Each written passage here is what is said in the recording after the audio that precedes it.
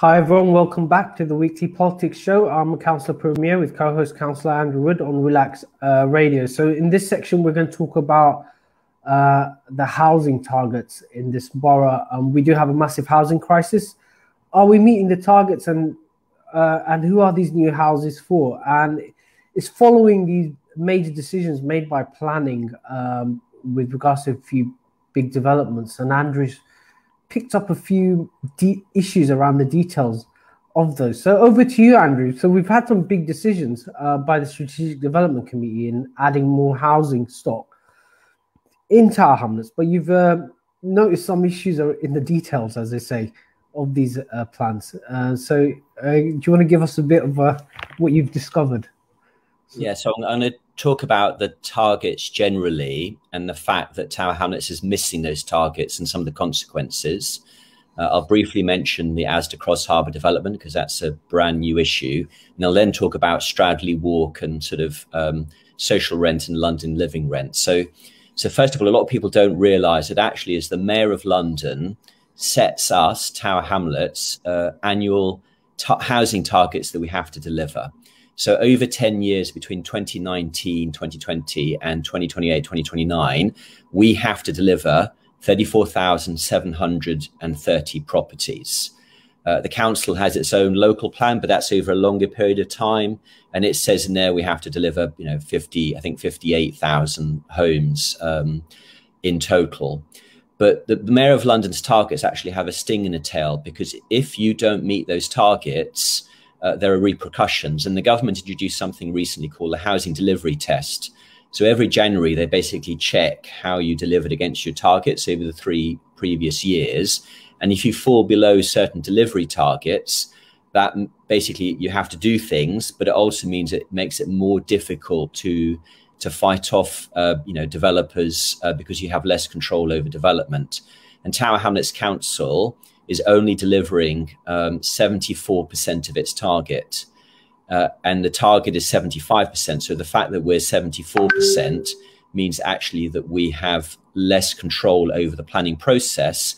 And developers basically can kind of say, well, you're not meeting your housing targets, therefore you have to approve us. And part of the problem is that Tower Hamlets Council pushes most of its housing targets in its own local plan to basically Aldgate, Poplar and the Isle of Dogs. So 58% of all new homes in Tower Hamlets has to go in the Isle of Dogs and South Poplar, which is about roughly 20% of the area. So 20% of the area has to deliver more than 50% of the target. And that's difficult unless you have lots of really big schemes. So for example, Asda Cross Harbour is going to Planning Committee on the 9th of June. It's 1,972 homes. And the council are recommending it be approved. And they basically put in the committee report, one of the reasons is that we're at 74% delivery and we need to do this. But what's also very interesting, and other people in other parts of Tower Hamlets may not like what I'm about to say, one of my issues has always been is that the council is pushing development to the back, the outer boundaries. So it's Aldgate, it's Poplar by the Lee River, it's the Isle of Dogs, and most parts of Tower Hamlets basically have little or no targets. And that means, for example, at Stradley Walk, which is in Bow, the council are only going to build a 25-storey tower, even though the transport connections in that location are absolutely fantastic in terms of access to underground and buses and DLR and cycle lanes. And by Newham, there's a 36-storey building. So I was kind of asking, why can't we deliver a kind of bigger building in Stradley Walk? And the important thing about Stradley Walk is actually Tower Hamlets Council owned. Poplar Harker are kind of the developer, but the actual land is owned by the council. And I then note, and I actually completely missed this in the planning committee report, and I think other councillors did as well. And then an organisation called London Tenants Federation then pointed this out, is when you actually look at the affordable homes that are going to be delivered at Stradley Walk, and it's 297, well, the committee report uses the term social rent, which is why I didn't pick up on this. But actually all of the homes in this council-owned development will be something called London living rent, which is a higher rent. Basically, it's a higher rent level. So normally what happens in developments is that the social rent is broken down into two pricing categories. You kind of have, and there's different names, but there's kind of basically like a lower rate, which means that the homes are affordable by people on benefits or on lower incomes.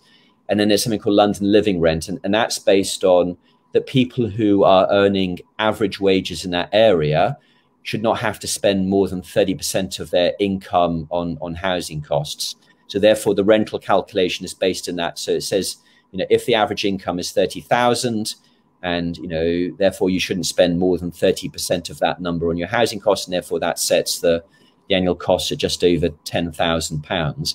And what I hadn't realised for Stradley Walk is actually all of those 297 affordable homes, social rent homes, actually weren't social rent; they were actually London Living Rent, which I found quite astonishing, given this is council-owned land. They're not sort of basically setting at the lowest lowest rent levels.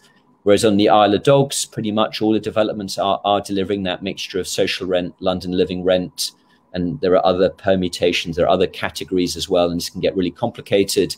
And the government introducing something called starter homes, I think, which is then another product. And this has always been part of the problem, is this is quite a complex area. But I guess the point I'm trying to make is that, there are council developments where they are not offering homes at the lowest possible rent levels, which I find quite astonishing, which I need to raise at the next committee meeting, because actually even the notes of that meeting are incorrect in terms of this product. So I'm going to come in and defend the council a bit. If you look at the infill program, it is much more scattered. So the Mayor of Tower Hamlets has declared a target of 2,000 homes. There's a bit of debate as to what that actually means. Do they mean new homes, or do they mean purchased old homes? But if you look at the mix of that, that's kind of like fairly scattered all over Tower Hamlets. And the mayor says that he's on target to build his 2,000 or purchase his 2,000. But that's totally different from the target that's set by the Mayor of London. So there seems to be a bit of a debate. Have you had any responses from your questions about Stradley Walk and why the rent's been set at that level, Andrew? No, because I only spotted this a couple of days ago. So actually I need to email the chair of the committee and at the next, actually it is the 9th of June, I need to raise this at the next committee meeting as well, that actually the meeting notes are inaccurate on this point. I also actually submitted an FOI request a couple of days ago, because the council back in 2017 committed to spending £119 million on affordable homes. So some of that will be buying Poplar Harker stock, some of that will be invested outside of the borough, and some of it will be invested inside the borough.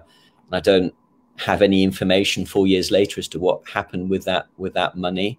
And I think one of my concerns is that, and it does make, it does actually make a lot of sense, is if you wanted to buy cheap property and therefore house more people, it might be cheaper to buy out of the borough. There's other issues about that, obviously. But what it does mean is that therefore the council could be delivering more homes itself using its own money and its own sites in Tower Hamlets. And my argument from Stradley Walk and another site near to Mile End Station is that we weren't doing that on our own land. And a lot of what the council are currently delivering, they're generally quite small developments. It's like 42 homes here, 24 there. And there's lots of them, but if you add them all up, it's not a lot of properties. And we do have thousands of people on the housing waiting list. So, we do need to find more properties. But one of the problems, and this is a problem now with Asda Cross Harbour, and I've just seen on Twitter some attacks about, councillors on the Isle of Dogs resisting development. Thames Water have said, basically, there's not enough fresh water to meet the needs of this development. And, so for a lot of people, that would sort of make you think, well, therefore, you need to stop development until you're sure the water is going to be there. And the answer from planning officers is no, because we'll just put a condition in that kind of says is you can't occupy until there's water. So the risk might be is you build a building and then you can't occupy it because there's not enough fresh water. And I've had meetings with Thames Water going back to like well, at least 2015, maybe earlier, I'm not sure. And they keep saying they're going to build these bigger water pipes to bring more fresh water onto the Isle of Dogs to support all of this population growth, because it's 1,972 homes at Asda, Westferry Print Works, it's 1,520. You know, these are big developments. You know, that's a lot of showers in the morning. But there's no sign yet of the roads being dug up to build these bigger water pipes to bring more water onto the Isle of Dogs. And until we know we're going to have the water to support this stuff, we kind of take this rather, you know, this view that perhaps you shouldn't be building lots of new homes until we're sure we're going to get the water that we need. And you know, and the same with youth centres.